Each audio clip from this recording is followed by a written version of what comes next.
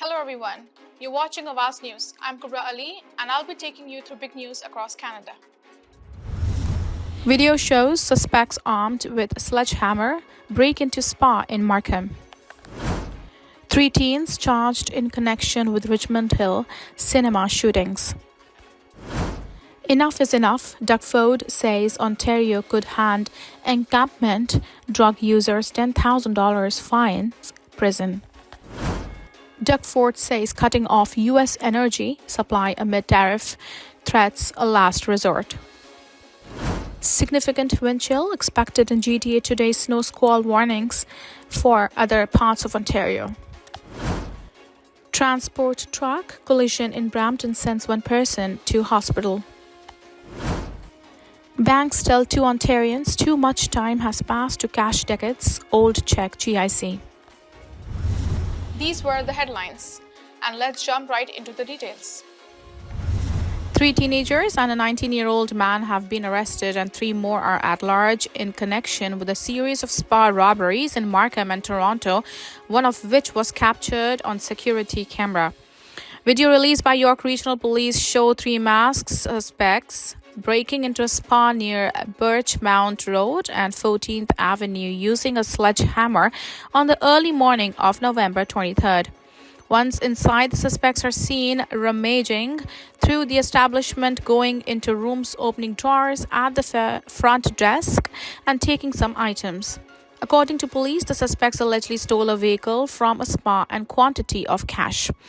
An hour before, the same suspects allegedly robbed a spa near Dufferin Street and Wilson Avenue at gunpoint, police said. In both incidents, the suspects used a stolen white Acura, which was located 5 days later on November 28. Police said 3 suspects were arrested as a result. 3 more spa robberies were reported last week, all of which happened when the businesses were closed, police said. One happened in the area of Victoria Park and Steeles Avenue. Another occurred at Carlingview and Renford Drives, and the last one was at Finch Avenue and Keele Street. On Tuesday, investigators executed a search warrant at residences in Toronto and 1 suspect was taken into custody. A replica firearm, tools used in the alleged robberies, and 2 stolen vehicles were also seized as the part of the investigation. One of the 4 suspects apprehended has been identified as Dequan Estrada Kelly. The other 2 16-year-olds and 17-year-old cannot be named under the terms of the Youth Criminal Justice Act. One of the 16-year-olds is facing 15 charges, including 5 counts of robbery with a firearm, 2 counts of forcible confinement, and 2 counts of breaking probation. All 4 have been charged with a total of 23 offenses. Meanwhile, police are looking for the 3 suspects, one of whom have been identified as 19-year-old Aiden Murray. An arrest warrant has been issued for him as he is wanted for 5 counts of robbery, 5 counts of disguise with intent, and 2 counts of forcible confinement. Investigators have not identified the other 2 and no descriptions of them have been released. Police are asked anyone with the information to contact them at 1-866-876-5423 extension 6630 or Crime Stoppers anonymously. 3 youths have been arrested and charged in connection with a series of shootings that occurred at a cinema in Richmond Hill, some of which while moviegoers were inside. Police have laid a total of 109 charges against the suspects after a long investigation, police said in a news release. The first shooting, reported at the cinema in the East Beaver Creek Road and Highway 7 area, took place on May 17th. The second one occurred just 2 days after the first. The third incident was another 5 days after that on May 24th. Police say that they also believe that the same suspect shot at an elementary school near 19th Avenue and Bayview Avenue at around 3:15 a.m. on June 29th. It was reported 2 days later and video footage of the incident was released. The suspect used different vehicles during each occurrence, and the shots were fired from inside the vehicle in each case, as seen in the videos released by the police. No injuries were reported and motives remain unknown. The suspects have been linked previously to multiple multiple crimes, including threats of violence, in some cases with a firearm, dangerous operation of a motor vehicle, assaults and thefts in and around Markham, Richmond Hill, and the town of Whitchurch, Stouffville, according to police. 2 of the 3 suspects were out on release orders at the time of the incident. The 3rd suspect was found breaching his Youth Criminal Justice Act sentencing conditions, police said. Police Chief Jim McSween called it extremely concerning that the young suspects were allegedly committing criminal offenses while out on bail. 2 of the suspects are 15 years old, while the 3rd is 16 years old. Our bail system needs to address recidivist offenders who are one of the greatest threats to the public safety, McSween said. Anyone with the information regarding the incidents is asked to get in touch with the police. Ontario Premier Doug Ford says his government is introducing a suite of measures to help municipalities address and dismantle homeless encampments around the province, including steep fines for people who use drugs. The measures, which are being introduced under the Safer Municipalities Act and Restricting Public Consumption of Illegal Substances Act, will include fines up to $10,000 and up to 6 months in prison for people who repeatedly use illegal drugs in parks and public spaces, Ford said. The province will amend the Trespass to Property Act to enhance penalties for people deliberately and repeatedly breaking the law, he said. Ford said the new tools will allow police to direct individuals to stop using illegal drugs or to leave public spaces. If they don't comply, they could be issued a ticket or arrest. Encampments have sprung up in municipalities across the province in recent years, taking over parks and other public spaces. According to the province, there are around 3,300 people currently living in about 1,000 encampments around Ontario. In 2021, Toronto took the controversial step of clearing out several major encampments around the city, including a large one in Trinity Bellwoods Park. Advocates for the unhoused have said forcibly removing encampment residents is akin to criminalizing homelessness and is unfair given that most municipal shelters are already overflowing and don't have sufficient space. However, some community groups have called on local and provincial officials to remove the encampments, citing frequent safety concerns around drug use, fires, altercations, and the loss of public space. Encampments are a public safety concern and not a solution to homelessness, Minister of Municipal Affairs and Housing Paul Calandra said, speaking alongside Ford. The government said Thursday it will at the same time invest $75.5 million more in homelessness prevention and offering encampment residents access to reasonable alternative accommodation. Ford said the money includes $50 million to create more long-term affordable housing units across the province and $20 million to expand shelter capacity and create additional temporary accommodation spaces like tiny modular units. That money will be in addition to funds for 19 planned homelessness and addiction recovery HEART hubs, which are not yet operational. Some Ontario municipalities have asked Ford to crack down on encampments. Others have said that would be the wrong approach amid a housing affordability crisis. Ford made the announcement flanked by a number of other ministers as well as mayors who have requested action to crack down on the encampments.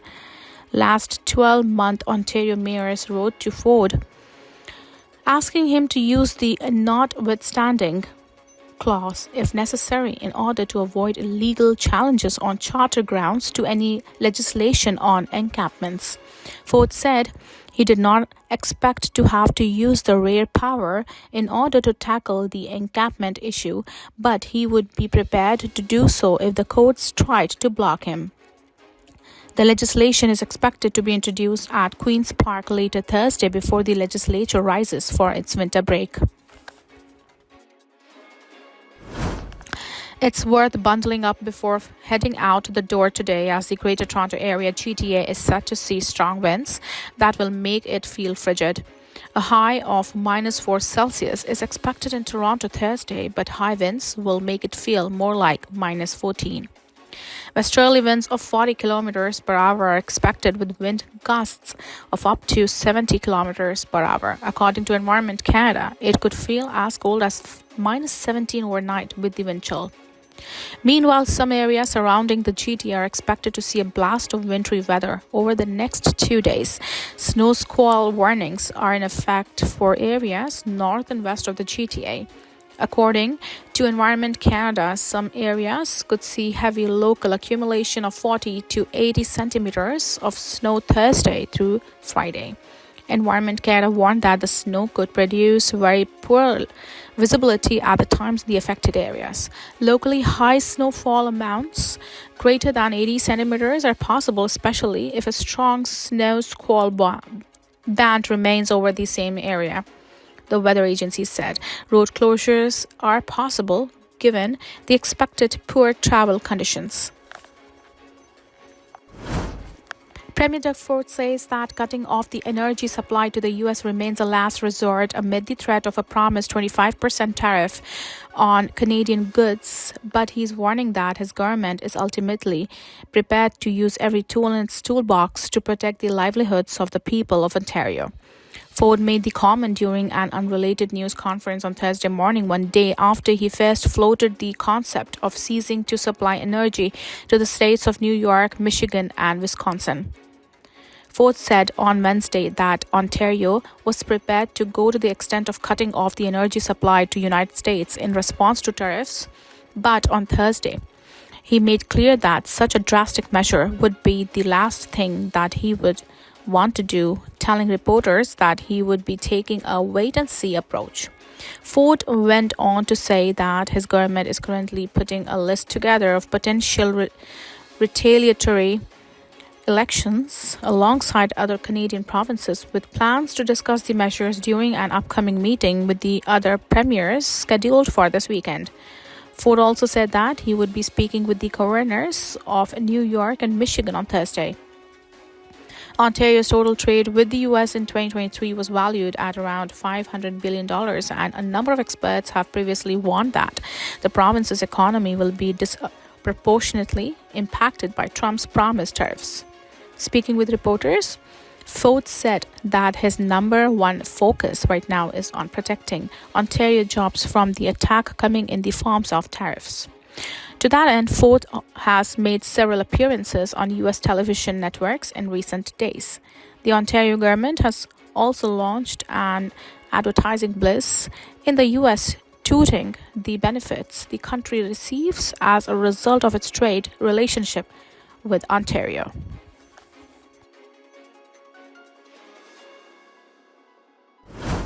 One person was taken to a trauma center after a transport truck crashed into a ditch in Brampton overnight.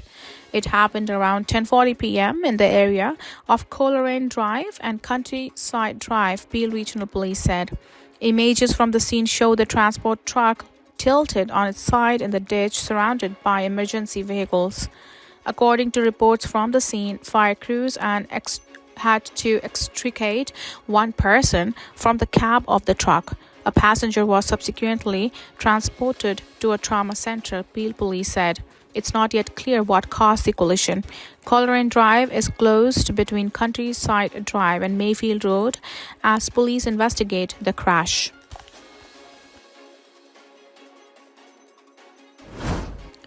Two Ontarians who recently found unclaimed money from decades-old investments were told by their banks there were no records of them in their systems. The woman at the bank said, "I was looking for a needle in a haystack."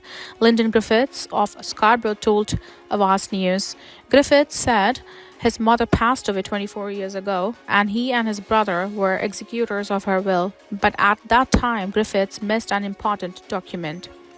"It's an oversight of my part because I did not realize that there was a Guaranteed investment certificate that was left for me. My mother never told me about it, said Griffiths. He said he found out about the GIC 2 years ago in his mother's will, worth $8,682. But when he went to TD Bank, his bank, Griffiths has told, there was no record of it. She told me she can't find any trace of a GIC there. I felt distraught because I know I did not get the GIC, said Griffiths. Nancy Love Markham said she was going through some old documents and found an uncashed registered retirement savings plan RRSP check for $2,621. Lau said she was going to school in Texas at the time in 2002. Lau took the 22-year-old check to her bank but was also told too much time had passed. I just saw a check and it was dated 2002 and I know I was in Houston, said Lau. I feel they just want to keep my money and it's an excuse to keep my money. Lau banks with RBC, which also said no documents related to her case could be found. Usually banks hold on to financial documents for 7 to 10 years. After a decade, if a product is not used, it is considered an unclaimed balance and transferred to the Bank of Canada. But Lau and Griffiths could not find their funds there. Checks are considered stale dated after 6 months unless it is certified check. A stale dated check means the items is old and not necessarily invalid. The Canadian Bankers Association said financial institutions may still honor these items, but there is no obligation to do so. Lau says she still wants her money. They shouldn't keep my money and say my money disappeared. How did it disappear? Griffiths also feels he should get his funds. I feel somewhat angry because that's money that my mother labored for, her hard-earned money, and I have no intention of leaving it to the bank, Griffiths said. There are limitations on when to withdraw money from your RSP or Guaranteed Investment Certificate GIC. You may want to see if you have any unclaimed balances on Bank of Canada's website to ensure there's no money you may have forgotten about. That's it for now. I'm Kurali signing off. See you tomorrow, same time, same channel. Have a good night.